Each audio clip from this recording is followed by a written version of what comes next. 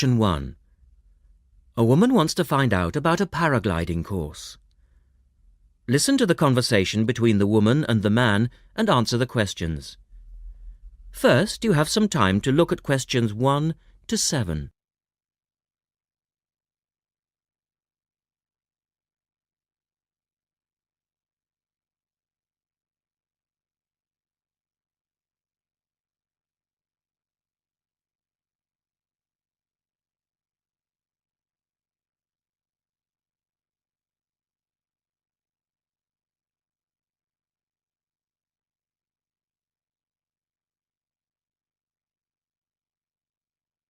You will see that there is an example which has been done for you. On this occasion only, the conversation relating to this will be played twice.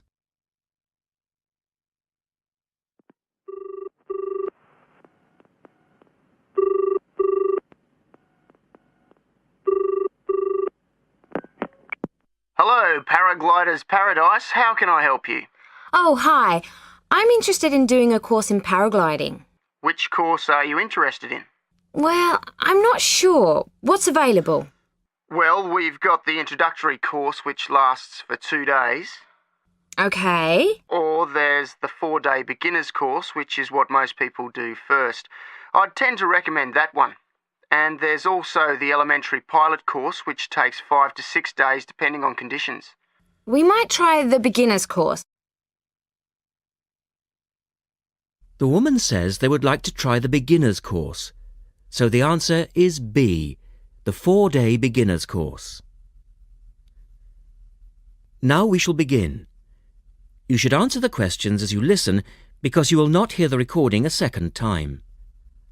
Listen carefully and answer questions 1 to 7.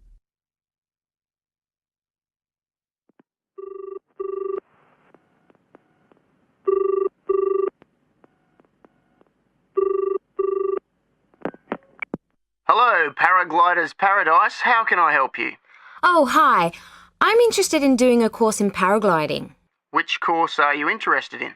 Well, I'm not sure. What's available?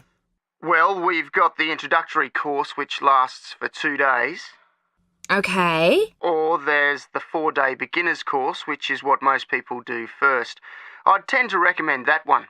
And there's also the elementary pilot course, which takes 5 to 6 days depending on conditions. We might try the beginner's course.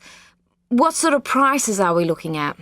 The introductory is $190. The beginner's course, which is probably what you'd be looking at, is $320. No, sorry, $330. It's just gone up. And the pilot course is $430. Right. And you also have to become a member of our club so that you're insured.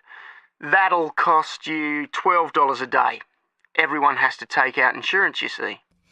Does that cover me if I break a leg? No, I'm afraid not. It's only third party and covers you against damage to other people or their belongings, but not theft or injury. You would need to take out your own personal accident insurance. I see. And what's the best way to get to your place? By public transport, or could we come by bike? We're pretty keen cyclists. It's difficult by public transport, though there is a bus from Newcastle. Most people get here by car, though, 'cause we're a little off the beaten track. But you could ride here, okay? I'll send you a map. Just let me take down a few details. What's your name? Maria Gentle. And your address, Maria? Well, I'm a student staying with a family in Newcastle. So it's care of... Care of Mr. and Mrs. McDonald. like the hamburgers? Yes, exactly. McDonald. The post office box address is probably best. It's P.O. Box 676, Newcastle. Is there a fax number there? Because I could fax you the information. Yes, actually there is. It's 0249, that's for Newcastle, and then 775431. Okay, now if you decide to do one of our courses, you'll need to book in advance and to pay when you book. How would you be paying? By credit card, if that's okay. Do you take Visa? Yes, fine. We take all major cards, including Visa. Okay then. Thanks very much. The girl is telling her friend about the course. Look at questions 8 to 10.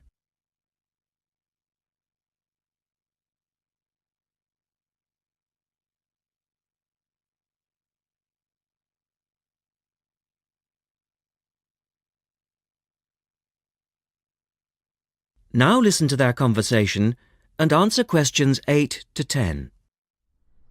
Hi, Pauline. Hi, Maria. What's that you're reading? Just some information from a paragliding school. It looks really good fun. Do you fancy a go at paragliding? Sure. Do you have to buy lots of equipment and stuff? Not really. The school provides the equipment, but we'd have to take a few things along. Such as? Well, it says here, clothes, wear stout boots, so no sneakers or sandals, I suppose, and clothes suitable for an active day in the hills. Preferably a long-sleeve t-shirt. That's probably in case you land in the stinging nettles. It also says we should bring a packed lunch. We do not recommend soft drinks or flasks of coffee. Water is really the best thing to drink. We need to bring suntan lotion and something to protect your head from the sun. Okay, that sounds reasonable. And where would we stay? Well, look, they seem to operate a campsite too, because it says here that it's only $10 a day to pitch a tent. That'd be fine, wouldn't it?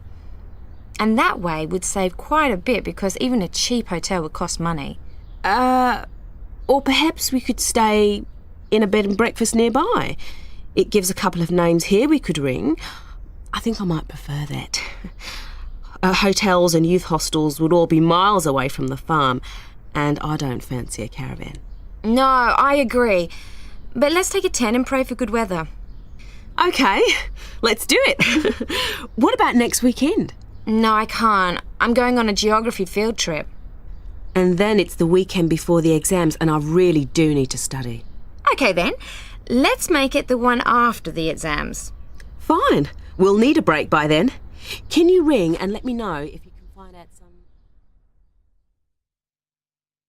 That is the end of section 1. You now have half a minute to check your answers.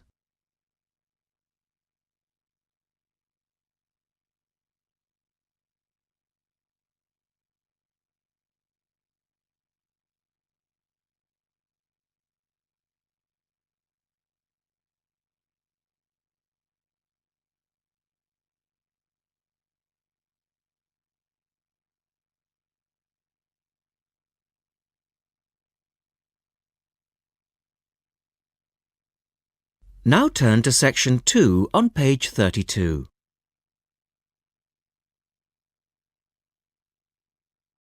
Test 1, section 2.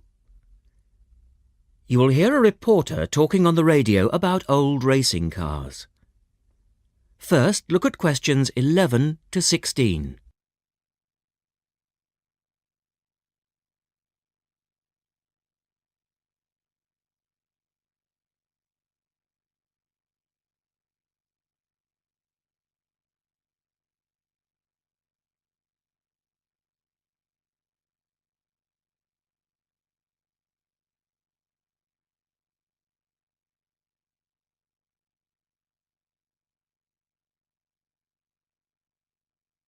As you listen to the first part of the talk, answer questions 11 to 16.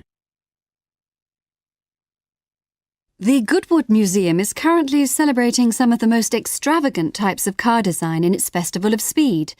Here's our reporter, Vincent Freed, who's on site to tell us about some of the cars on display. Well, here I am, standing in front of one of the most prestigious cars ever built, the Duesenberg. A fantastically expensive, luxurious car built in the early part of the 20th century and bearing all the glamorous qualities of the Jazz Age. How many were there? Well, only 473 Duesenberg J-types were ever built, and the model here is one of the rarest. Each had a short 125-inch chassis or framework, and the body was always in the form of an open two-seater. The technology behind the car's 6.9-litre engine was extraordinary. It featured capsules of mercury in the engines to absorb vibration and provide an incredibly smooth ride. In fact, these cars offered unparalleled performance. In an age when 160 kilometers per hour was considered very fast, the Duesenberg promised a top speed of 180 kilometers per hour and could do 140 kilometers per hour in second gear. Duesenberg, who designed the car, sold it as a frame and engine. This was typical of the age again, and many prestige manufacturers such as Rolls-Royce did exactly the same. Owners able to afford the hefty $9,000 price tag for the basic car would then commission a coachwork company to build a body tailored to their own individual requirements. The Duesenberg's great attraction for the driver was its instrument panel, which offered all the usual features but also several others, including a stopwatch. It was the Duesenberg's technology that lay behind its success as a racing car, and they dominated the American racing scene in the 1920s, winning the Indianapolis Grand Prix in 1924, 25, and 27. Now look at questions 17 to 20.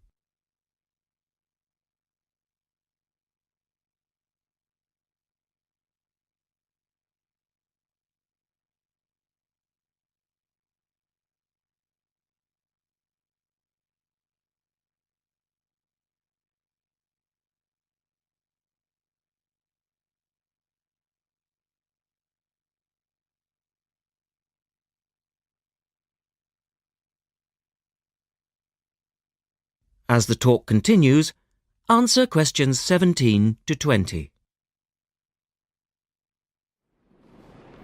On to another celebrity, the 1922 Leia Helica. Only 30 of these French propeller cars were built, and the model here at Goodwood, which was the fourth to be made, is thought to be the only surviving example still capable of running. The brains behind this car was Marcel Leia, who was an aviation pioneer first and foremost, and the influence of flying is quite apparent in the car. The Leia very strongly resembles a light aircraft with its front propeller, but in this case, it's minus any wings, of course. It's quite odd to think that this car was whirring through France just as the Duesenberg was blasting down roads at 160 kilometers per hour across the Atlantic. The Leias were used regularly in France in the 1920s, and were even produced in saloon and van form, as well as two-seater. The Leia matched its propeller drive with its equally bizarre steering, which used the rear rather than the front wheels. But despite looking rather frail, it was a tough machine. In fact, when troops tried to steal it during the Second World War, the car's baffling design was clearly beyond the would-be thieves, and it ended up being driven into a tree, breaking the propeller. And now for the Firebird. This extraordinary car was first... That is the end of section 2. You now have half a minute to check your answers.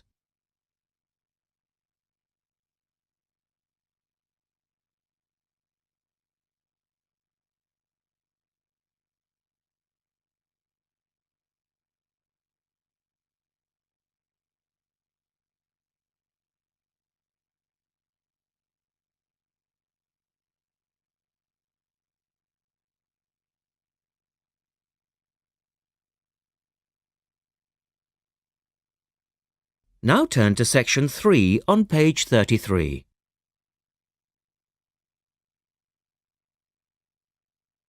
Test 1, section 3. In this section, you will hear a discussion between two students, Rosie and Mike, and a university tutor. In the first part of the discussion, they're talking about a survey they have conducted on local entertainment. First, look at questions 21 to 26.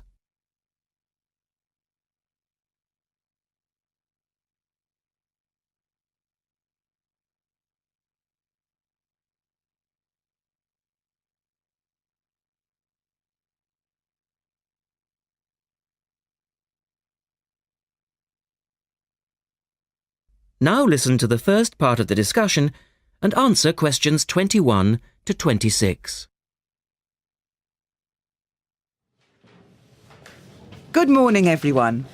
Well, I think we can start straight away by getting Rosie and Mike to do their presentation. Would you like to start, Rosie? Yes. Well, we've done a survey on local entertainment. Basically, we tried to find out how students feel about the entertainment in the town and how much they use it. Yes, so we've called our project Out and About. Yes, that's a good title. Out and About. We wanted to find out how well students use the entertainment facilities in town, whether they get to see the latest plays, films, that kind of thing.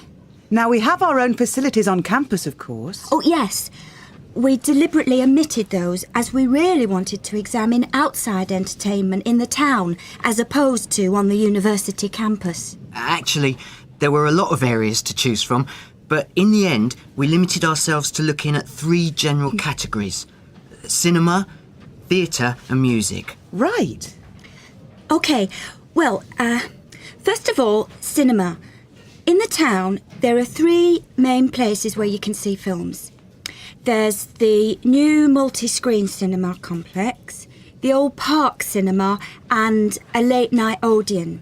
So, if you look at this chart, in terms of audience size, the multi-screen complex accounts for 75% of all cinema seats. The Park Cinema accounts for 20% of seats, and the late-night Odeon has just 5% of seats. As you probably know, the complex and the park show all the latest films, while the late-night cinema tends to show cult films. So, when we interviewed the students, we thought the complex would be the most popular choice of cinema. But surprisingly, it was the late-night Odeon. Yeah, and most students said that if they wanted to see a new film, they waited for it to show at the park, because the complex is more expensive and further out of town, so you have to pay more to get there as well. Yes, and that adds to the cost, of course, and detracts from the popularity, evidently. Well, next, we looked at theatres. The results here were interesting because, as you know, there's a theatre on campus which is popular, but there's also the Stage Theatre in town, which is very old and architecturally quite beautiful. And there's the large modern theatre, the Ashtop, that has recently been built. So you just looked at the 2 theatres in town? Yes, but the thing about the theatres is that there's a whole variety of seat prices. Also, the types of performance vary, so students tend to buy seats at both and like using both for different reasons. And if they want cheap seats at the Ashtop, they can just sit further from the front. What we did find that was very interesting is that there are periods during the year when students seem to go to the theatre and periods when they go to the cinema. And we really think that's to do with budget. If you look at this graph, you can see that there's a peak around November, December when they go to the theatre more, and then a period in April, May when neither is particularly popular. And then theatre viewing seems to trail off virtually, while the cinema becomes quite popular in June, July. I think you're probably right about your conclusions. In the second part of the discussion, Rosie and Mike talk about different music clubs. Look at questions 27 to 30 first.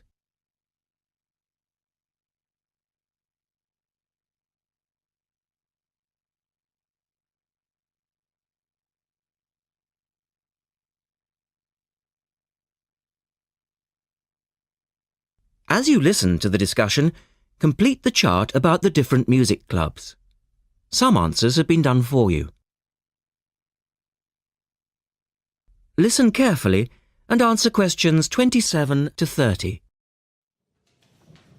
Well, lastly, we looked at music, and this time we were really investigating the sort of small music clubs that offer things like folk or specialise in local bands. So not musicals as such? That's right. We looked at 3 small music venues and we examined the quality of the entertainment and the venue and gave a ranking for these. A cross, meaning that the quality was poor, a tick, meaning it was okay, and 2 ticks for excellent. First of all, the Blues Club, which obviously specialises in blues music. This was a pretty small place and the seating was minimal, so we didn't give that a very good rating. No, we don't recommend that one, really. Then the Sansu, which plays a lot of South American music. It was a big place, very lively, good performers, so 2 ticks for that one. The Pier Hotel is a folk venue, a good place for local and up-and-coming folk artists to play. Not the best of venues, as it's in a basement and a bit dark, but the quality of the entertainment was reasonable and the lighting was very warm, so we felt it deserved an average rating. Now finally, there's the Bald Rock Cafe, which features big rock bands and is pretty popular with students, and we enjoyed ourselves there as well, so top marks for that one. And then, did you get any information from the students as to which of the clubs they preferred? That is the end of section 3. You now have half a minute to check your answers.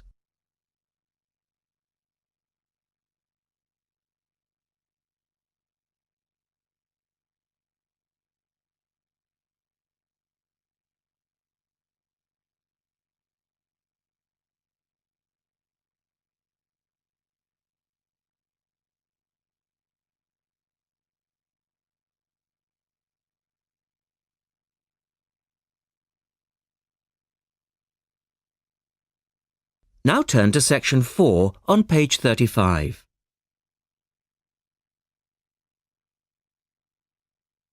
Test 1, section 4. You will hear a lecturer talking about dust storms. First, you have some time to look at questions 31 to 36.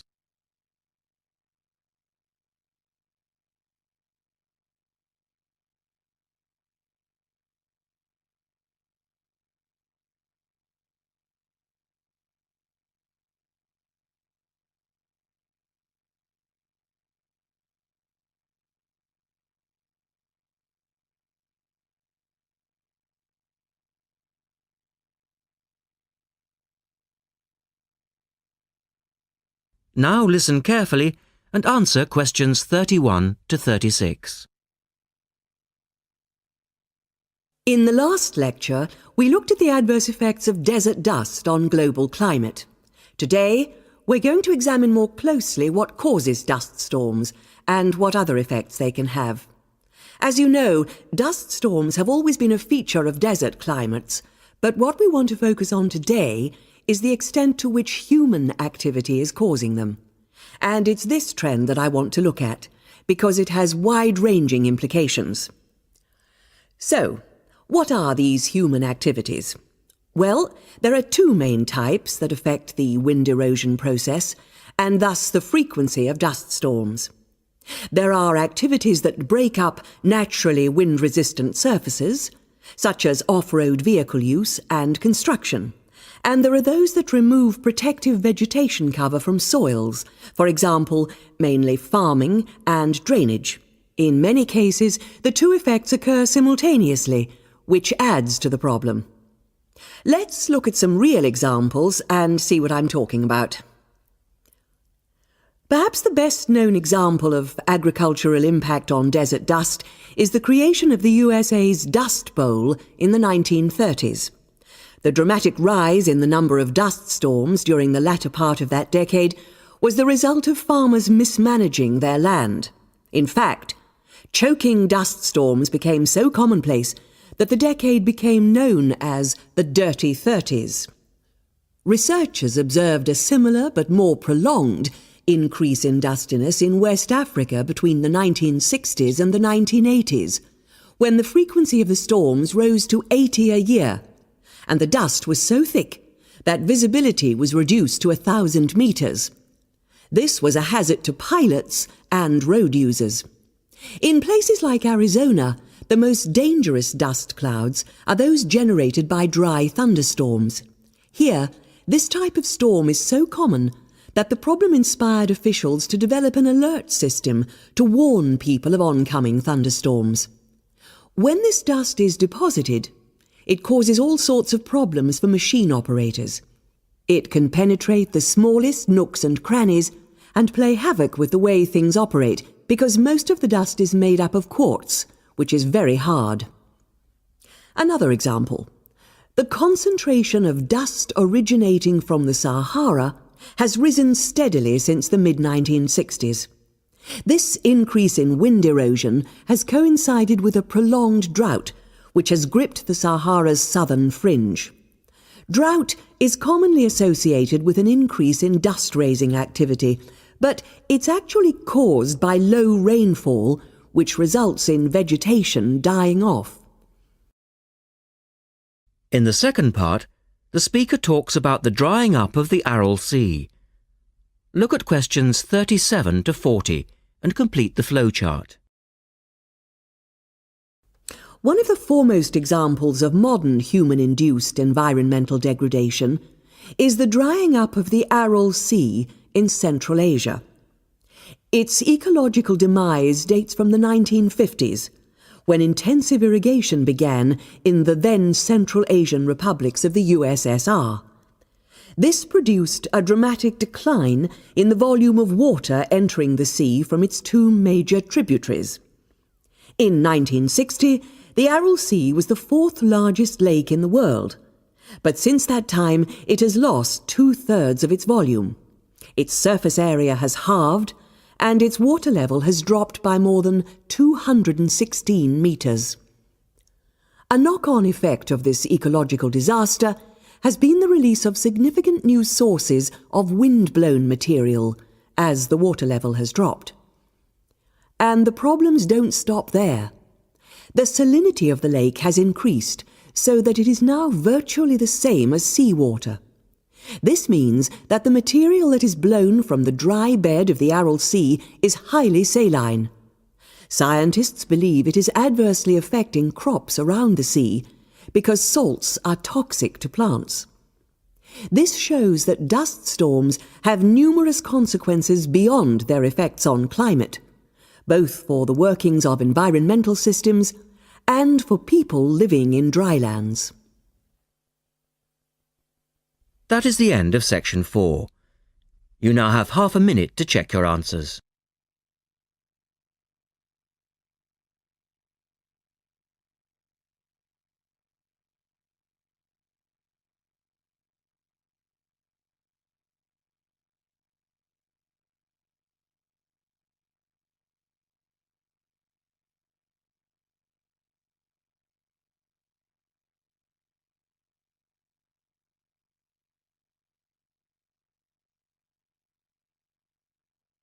That is the end of the listening test.